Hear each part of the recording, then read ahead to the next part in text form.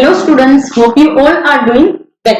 See, previous sessions ની અંદર આપણે ડિસ્કસ કરેલું હતું about the matrix organization, then comes to the definitions, જેમાં આપણે responsibility, authority as well as accountability જે છે એની definition જોઈ, power વિશે વાત કરેલી.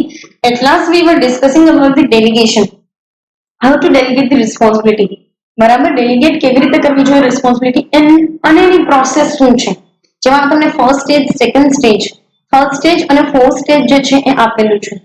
ફાઇન, ત્રણેય ચારે ચાર સ્ટેજીસ ની અંદર અલગ અલગ વેઝ થી જે છે એ લોકો ડીલ કરે છે. જેમ કે ફર્સ્ટ એ લોકો ફાઇન્ડ આઉટ કરે છે કે વર્ક શું છે, દેન એ લોકો ફાઇન્ડ આઉટ કરે છે કે how we can transfer the authorities to other members.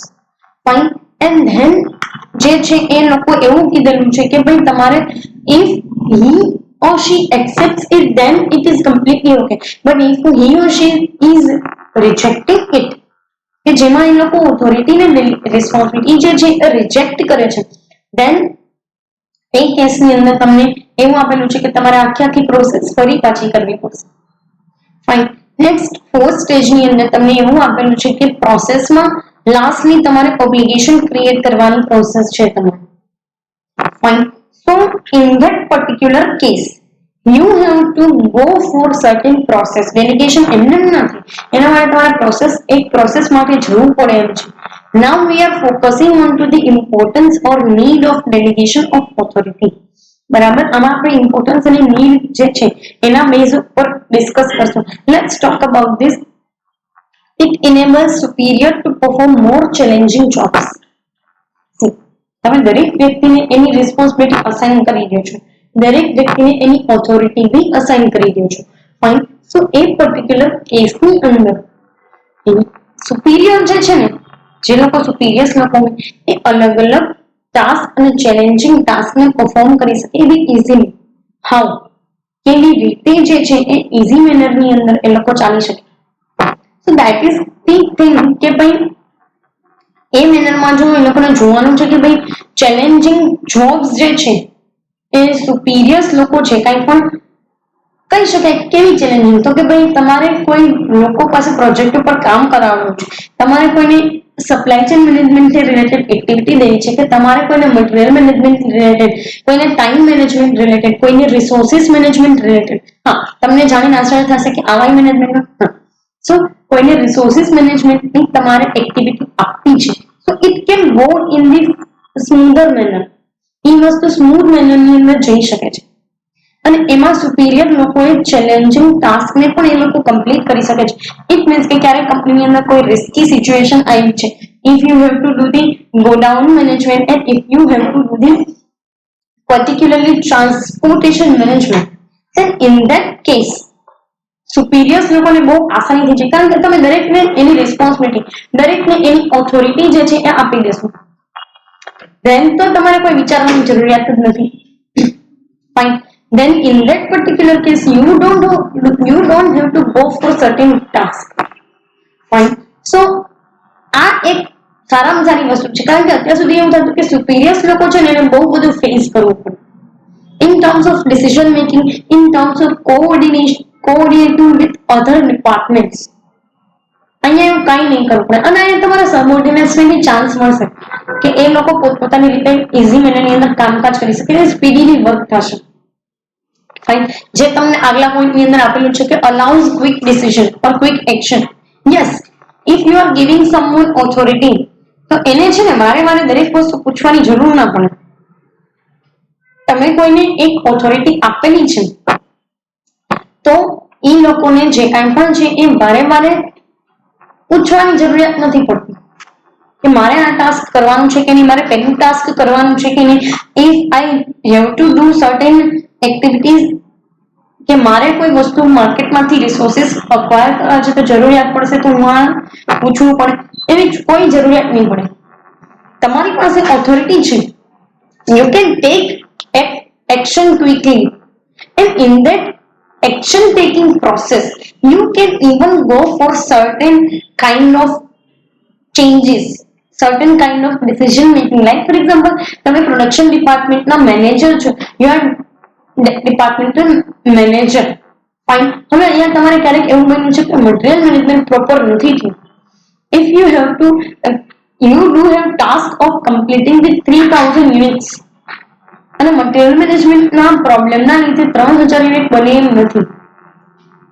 So તમે ક્વિકલી કોઈ લોકલ માર્કેટમાંથી મટીરિયલ એક્વાયર કરી શકો છો, yes or no, and in that quickly acquisition of material you can do the material management effectively. પણ આમાં જો તમારે કોકને પૂછવું પડતું તો થઈ શકે ના. પણ તમે પોતે જ જે છે એ મેનેજરિયલ લેવલ ઉપર વર્કઆઉટ કરો છો and thereby you don't have to ask for anything. એટલે તમે મટીરિયલ મંગાવી લેશો લોકલ માર્કેટમાં કામ ચાલુ થઈ જશે. yes or no. So that is the thing. Next તમે કીધું છે it facilitates training and development. તમે દરેક લોકોને એની ઓથોરિટી આપી દીધી હોય ને, આ મારી પાસે ઓથોરિટી હોય તો હું મારા સબઓર્ડિનેટને મારી જાતે ટ્રેન કરી દઉં કે તારી આ કામમાં ભૂલ થઈ છે કે તમારી આ કામમાં ભૂલ થઈ છે. You have to do the task like this, you have to do task like this, એ હું એને શીખવાડી શકું. સો એને ઓન ધ જોબ ટ્રેનિંગ પણ તમે આપી શકો અને જેટલી ઓન ધ જોબ ટ્રેનિંગ વધારે મળશે એટલો જ એને વધારે એક્સપિરિયન્સ ગેઇન થશે. Yes or no. ડેવલપમેન્ટ બી એનું એટલું જ થશે. Fine. So that is the particular thing. અને આમાં એ લોકો એવું કીધું છે કે it facilitates training and development. બરાબર. એ જે છે એ ડેવલપ કરી શકો છો તમે તમારા એમ્પ્લોઈઝ પર. એને એની સ્કિલ્સ જે છે એના પર બી તમે ફોકસ તો કરી શકો. એની સ્કિલ્સને તમે વધારે શાર્પ કરી શકો. એને કહો કે ભાઈ તારે આ કામ કરવાનું છે ને તમે એને અમુક ઓથોરિટી આપી દો કે જેને ક્યાંય મિસમેનેજમેન્ટ થતું હોય તો એ પોતાની ઓથોરિટી થ્રુ મેનેજમેન્ટ કરી શકે. યસ ઓર નો. તો જ્યારે તમે આવી રીતની ઓથોરિટી કોઈને આપો છો ને whenever you are delegating the authority ના then you are particularly on the beneficial part. તો ત્યાં તમે બેનિફિશિયલ પાર્ટ ઉપર રહ્યો છો. ફાઇન. યસ ઓર નો. દેન તમને કીધું છે કે leads two motivation. It leads two motivation. તમે એ લોકોની અંદર એક મોટિવેટિંગ ફેક્ટર ક્રિએટ કરી શકો.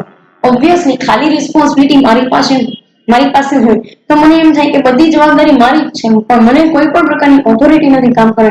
મારે દરેક કામ કોકને પૂછીને કરવું પડે છે. I have to always run after the people. એના કરતા બેટર છે તમે કોઈ વ્યક્તિને ઓથોરિટીઝ આપો અમુક લેવલ. એની પાસે ઓથોરિટી હશે ને તો એને મોટિવેશન, એને અધર મોટિવેશન કે તમારે એને મોનિટરી મોટિવેશનની બી જરૂરિયાત નહીં પડે. ઓથોરિટી હોય તો કામે જલ્દી થાય, એની પાસે ડિસિઝન મેકિંગ પાવર એનો વધે.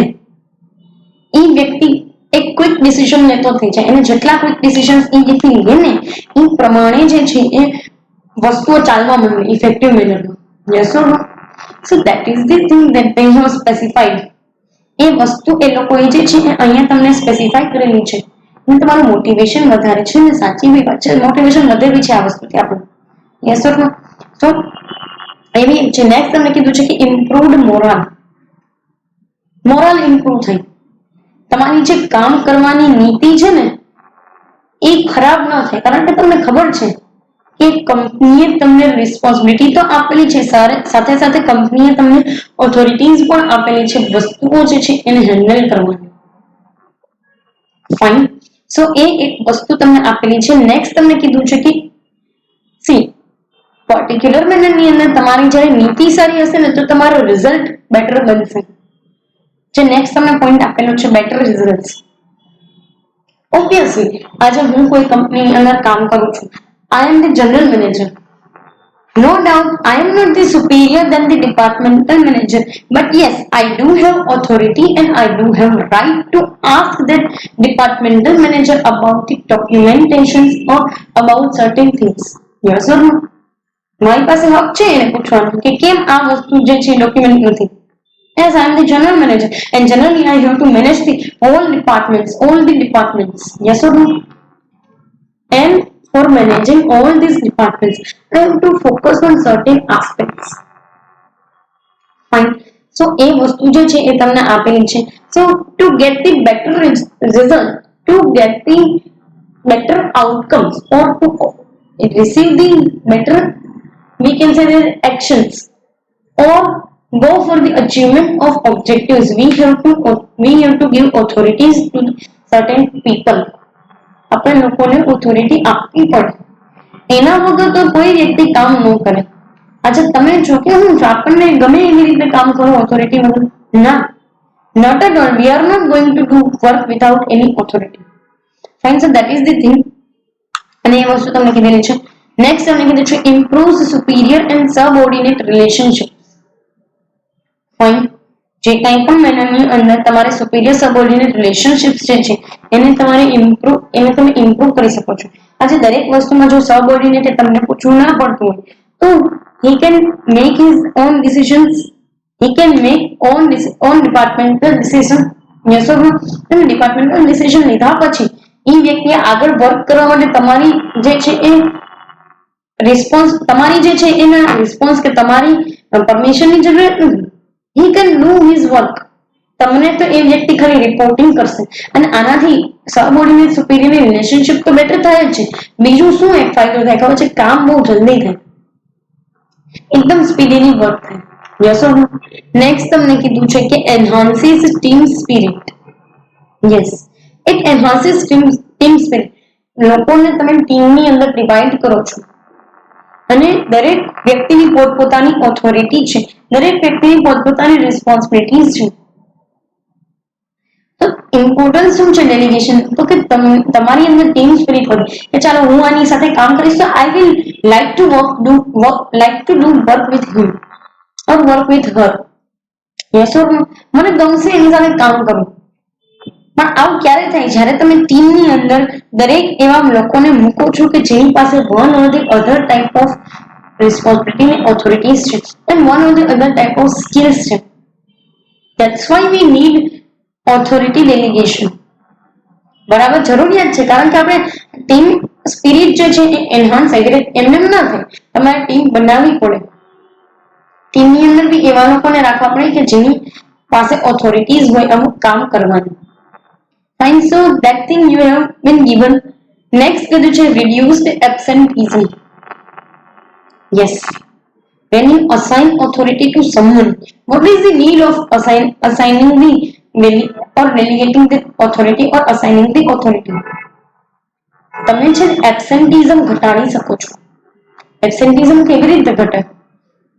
તો કે પર્ટિક્યુલર મહિનાની અંદર કોઈ પણ લોકો બહુ ગેરહાજર રહેતા હોય ને તો એ વ્યક્તિ છે એ રીતે જે આપવામાં આવેલું કામ કે એને આપવામાં આવેલી ઓથોરિટીઝ જે છે એ કોઈ પરફોર્મ ના કરતું. ઓબ્વિયસલી એ વ્યક્તિ જે છે એ ન આવતો હોય તોની વાત છે. But if the people are there to work on their position with their authorities and responsibilities, there you have to, that you don't have to go for other kind of efforts. એને ખબર છે કે આ વસ્તુ મારી પાસે છે તો I can make my task very easy. I can make my responsibilities or responsible task in a very easy manner. તો એને કઈ બીજે જવાની જરૂરિયાત જ નહીં પડે. એ એબ્સેન્ટિઝમને તમે ઘટાડી શકો છો, લોકોની ગેરહાજરી. નેક્સ્ટ તમને કીધું છે ઇટ કેન રિડ્યુસીસ વેસ્ટેજીસ. યસ, આજ તમે ટાઈમ જે વેસ્ટ કરો છો ને એના લીધે રિસોર્સિસ પણ વેસ્ટ થાય છે. Yes or no? Obviously, why not? શું કામ? કારણ કે એક મેનરમાં જો તમે જોવા જાઓ તો વેસ્ટેજ શું કામ થતું હોય? કારણ કે ટાઈમ વેસ્ટ થાય છે. આપણે અત્યાર સુધી મટીરિયલ મેનેજમેન્ટ કે ઇન્વેન્ટરી મેનેજમેન્ટ નામની તમે કોઈ વસ્તુ ભણ્યા છો તો ઇન્વેન્ટરી મેનેજ નથી થતી, એના લીધે તમારો રિસોર્સિસ વેસ્ટ થાય છે અને એના લીધે પ્રોડક્શન બી ડીલે થાય છે. Yes or no? So inventory wastage શું કામ થાય છે? કારણ કે જે તે વ્યક્તિ છે એના ઉપર કોઈ વ્યક્તિ છે એને પૂછવું પડે છે. જ્યારે એના કરતા બેટર વે એક એ છે કે તમારે તમારા અપર ઓથોરિટીને પૂછવું જ ના પડતું હોય તો if you don't have to ask your upper authorities, કેટલી સારી વસ્તુ થઈ છે. The good part is that કે તમે તમારી મરજી મુજબ જે છે એ કામને તમારી સિચ્યુએશન જે છે એને તમે મેનેજ કરી શકો છો. So it reduces the wastages. કારણ કે તમારો ટાઈમ બચે છે ને પૂછવા જવા અને પછી આગળ પ્રોસેસ કરવાની, એની પાસે ડોક્યુમેન્ટ સાઇન કરાવવાની, એ બધી વસ્તુ. Yes or no? So that is the thing કે it reduces the wastages. Next તમે કીધું છે ફેસિલિટેટ્સ ધી પરફોર્મન્સ અપ્રેઝલ. એક છે ને હ્યુમન રિસોર્સ કરીને એક સબ્જેક્ટ આવે છે જેની અંદર એક ટોપિક આવે છે જેનું નામ છે પરફોર્મન્સ અપ્રેઝલ. પરફોર્મન્સ અપ્રેઝલ એટલે શું? તો કે ક્યાં વ્યક્તિએ કેટલું સારું પરફોર્મ કર્યું ને એના ઉપરથી એને અપ્રેઝલ આપવામાં આવે. અપ્રેઝલ આપવામાં આવે એટલે કે એની પોઝિશનથી કાં તો મોનેટરી રિવોર્ડ્સ આપવામાં આવે ઓર એક લેવલ અપ પોઝિશન આપવામાં આવે. આવું ક્યારે પોસિબલ છે? તો કે જ્યારે તમે ઓથોરિટીઝ લોકોને આપેલી હોય, એ વ્યક્તિને એની રિસ્પોન્સિબિલિટી અને એની ઓથોરિટીઝ બંને વસ્તુ તમે અસાઇન કરેલી હોય અને એ પ્રમાણે જો એ વ્યક્તિ up to the mark perform કરીને બતાવે છે, then you can go for the performance appraisal. અને એ જ મેથડથી કંપનીઝ લોકો જે છે એ પ્રમોશન આપતા હોય છે. Fine. So you can facilitate the performance appraisal part of performance appraisal task, yes or no? So that you have been given. એ વસ્તુ તમને આપેલી છે. ફાઇન. નેક્સ્ટ તમને કીધું છે કે ફેસિલિટેટ્સ પ્રમોશન ઓફ સબઓર્ડિનેટ્સ. તમારી અંડરમાં જેટલા પણ લોકો કામ કરે છે, પછી એ લોકો મજૂર લેવલના હોય કે પછી એ લોકો જે છે એ એક્ઝિક્યુટિવ લેવલના હોય કે પછી મેનેજરિયલ લેવલના હોય. ફાઇન. સો તમે એનું પ્રમોશન જે છે ને એને ફેસિલિટેટ કરે છે, કારણ કે દરેકની અસાઇન્ડ વસ્તુ પ્રમાણે જો એને કામ કરેલું છે, અસાઇન્ડ વેની અંદર જો એને કામ કરેલું છે, then you can go for the promoting activity. તમે એને પ્રમોશન આપી શકો છો. કોઈ લેબર લેવલ એને ઘણા વર્ષોથી કામ કરે છે તો તમે એને ફોરમેન કે સુપરવાઇઝર બનાવી દો. ફાઇન. પ્રોડક્શન મેનેજર ની અંદર એને સુપરવાઇઝર બનાવી દો. એ ખાલી એનું કામ ખાલી સુપરવાઇઝ, તમને લોકોને સુપરવાઇઝ કરવાનું અને તમને એક તમારું કોઈ કામ અટકે છે તો હેલ્પ કરવાનું છે, કારણ કે હવે એને એક્સપિરિયન્સ થઈ ગયો હશે કે કંપની કઈ મેથડથી ચાલે છે, કેવી રીતે ચાલે છે. Fine. So that is the particular task. It facilitates the promotional activities or it facilitates the promotion of subordinates. બરાબર. સો એ મેનરની અંદર તમને આપેલું છે. કમિંગ સેશન્સ ની અંદર આપણે ડિસ્કસ કરશું about the advantages disadvantages of delegation of authority. આ આખા સેશનમાં આપણે ઇમ્પોર્ટન્સ ડિસ્કસ કર્યું.